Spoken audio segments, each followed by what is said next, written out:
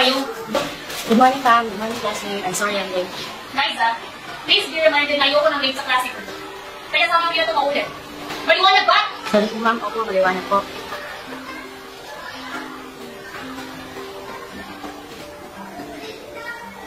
For number 1, Jenica. Okay, for number 3, sinong gustong sumagot? Liza. Okay, sit down.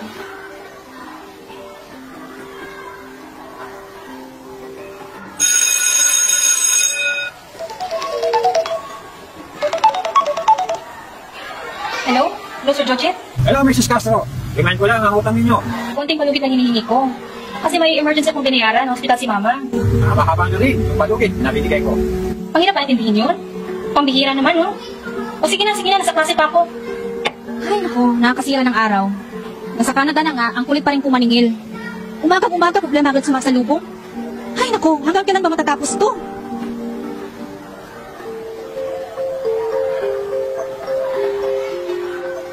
Tia, may baon ka ba kanin? Wala na eh. Kulang na ang pinabaon ni nanay. Tamang-tama, sa akin ka na lang bumili ng puso. 2 piso lang. Sige, pabiling 4. Ito. Ayan, 4 na yan. How to open this? Ganyan lang yun. Salamat. Sige, bukas ulit ha. Huwag ka na magbaon ng kanin. Sa akin ka na lang ulit pumili. Sige. Sharina, bili ka ng puso. Ayoko! Bakit ka nagtitinda ng puso? Hindi ka ba nahihiya? Naku, Sharina, hindi dapat ikinakahiyang pagtitinda. Tsaka mahirap lang kami, kaya kailangan kong tulungan ng nanay ko. May pera kayo, di ba? Siyempre, sino yata tatay ko? Wow, galing. Ayun naman pala eh. Imbis na kulihin mo yung pagtitinda ko, bumili ka na lang ng puso. Yung ulang, bilhin mo sa kantin. O, di ba? Mabubusog ka na, matutulungan mo pa kung maubos ng paninda ko.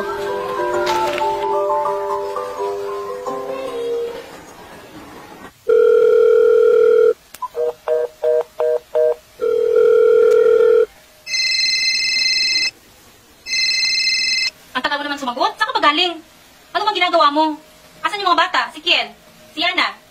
Iluhan, pasensya ka na, may ginagawa kasi ako kaya natagal ako nakasagot. Oo, ayos naman. Nasa kwarto natutulog. Ikaw, kumusta ka na dyan? Di ko alam kung okay ako or ano. First time ko kasi masign sa malayo. At first time ko rin mawalay sa mga anak ko at sa'yo.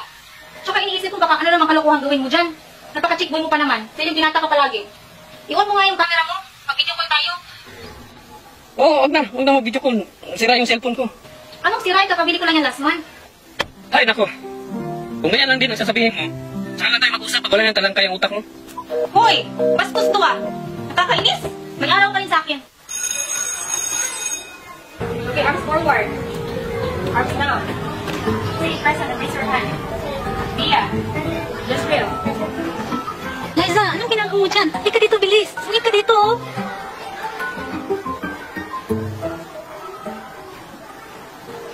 Liza, late ka na naman.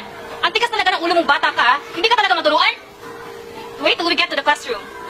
At ikaw, Shane, akala mo hindi ko nakita na parang pinagtatakpan mo yan si Liza? At pinasisingit mo sa line? Mananagot ka rin.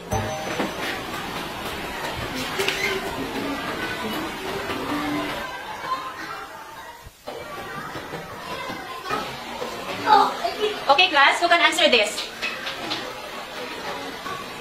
Wala talaga may alam sa inyo? Di ba assignment nyo to? Can I answer, ma'am? Okay, Liza. Way over 12 po yan, ma'am. Okay, Liza and Shane, you may take your seats.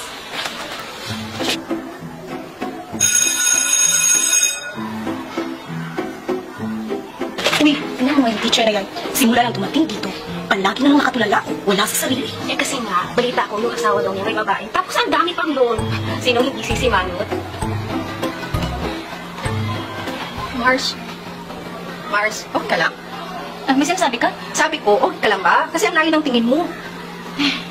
After kasi nung huling pag-uusap namin ni Ay, hindi niya na sinasagot yung mga tawag ko. Ay naku, Mars, ganun ba? So, wag naman sana, no? Kasi kalimitan, yan yung mga senyales ng mga lalaki na naglalaro sa ibang team, yung bigla mo lang hindi mahagilap. So, naku, Mars, mag-ingat ka.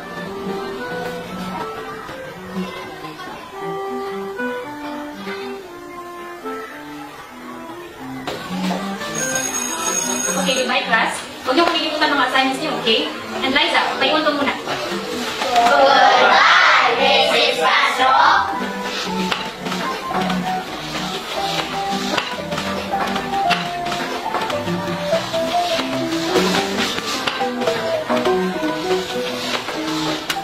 Liza, I'm still not happy about your tardiness in our class. Oo, you're doing well in our lessons. Pero mali ang ugali na parating late. Ako nga na teacher mo. Ang dami kong inaasikaso sa bahay tsaka sa school. Pero parati pa rin akong maaga. Ayoko na may nasasayang na oras. Kaya I need to talk to your mom. Ang alam ko malapit na yung bahay niyo dito eh. Kaya walang dahilan para maging late ka parati. Pasensya na po talaga, ma'am, ha? Eh, ma'am, hindi naman po kasi kaya ni nanay pumunta dito. Naku, Liza, alam ko nagdadahilan ka lang. Pumuntahan kita sa bahay niyo. Huwag nang makausap yung nanay mo. Saan dito yung bahay ni Liza? Bahay Liza, dito po. Pasok ka lang dito sa pinakapunta sa loob. Sige po kayo. Salamat. Mali ko po sa dulo. Diretso po kayo tapos ikaw po kayo. Nasa dulo po yung bahay nila. Sige, thank you, ha. Sige po.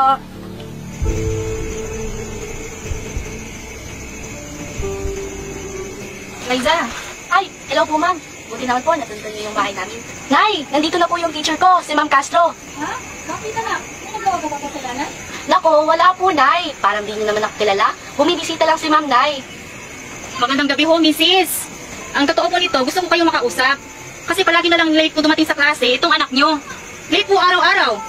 Dapat yung disiplinahin yung anak nyo, nanay. Ako nga, ang daming problema at inaasikaso, eh palagi akong maaga. Dapat ang mga estudyante, ganun din. Ay, sorry po, ma'am. Pasok po kayo. Pagpasensyahan niyo na po itong bahay namin. Sorry po, ma'am, ha? Hindi ko po kasi alam na palagi palang nalilate si Liza. Hindi po nakakalakad si nanay, ma'am. Ulag din po siya. Gumagawa po kami ng puso bilang hanap buhay. Maaga po akong gumigising araw-araw para matulungan ko ang nanay ko sa paggawa ng puso. Bago din po ako pumapasok, hinahatid ko yung mga tinda namin puso sa kalendarya, yung malapit po sa eskwelahan.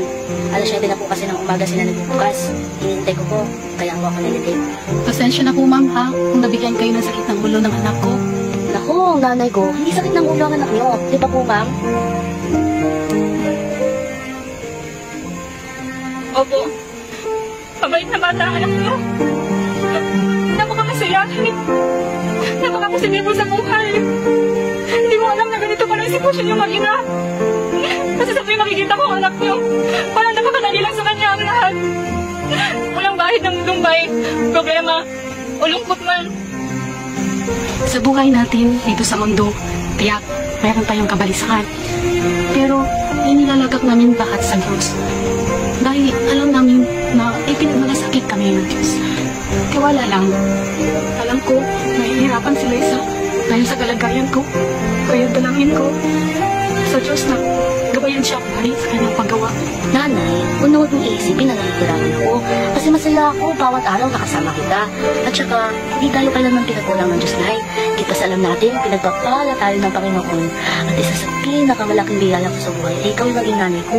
Salamat sa Panginoon, binigyan niya ako ng isang mapagmahal na anak at tulad mo.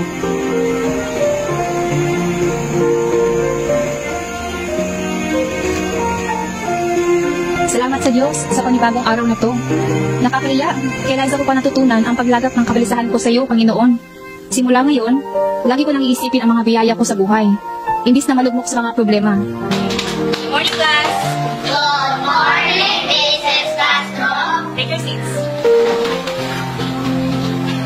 Parang may kulang ah. Si Liza. Hello po, ma'am. 1 minute late na po ako, pero sorry pa rin po. Sige, pasok ka na, Liza. And, oh, class. During recess, bili kayo ng puso kay Liza, ha? Masarap yun. Liza, pag-serve ako ng 3. Hello po, ma'am. Salamat po. Number 2. Excuse me, Mars. May bisita ka. Sino? Surprise! Wait, dito. Sinadya ko talagang puntahan ka para ipakita sa'yo na wala akong ginagawa sa para malaman mo man. Tsaka, tungkol kay Sir Jujit, huwag mo nang alahin yung binayaran ka. Salamat po sa Diyos. Masaya po kayo. Namiss ko kayo. Ay,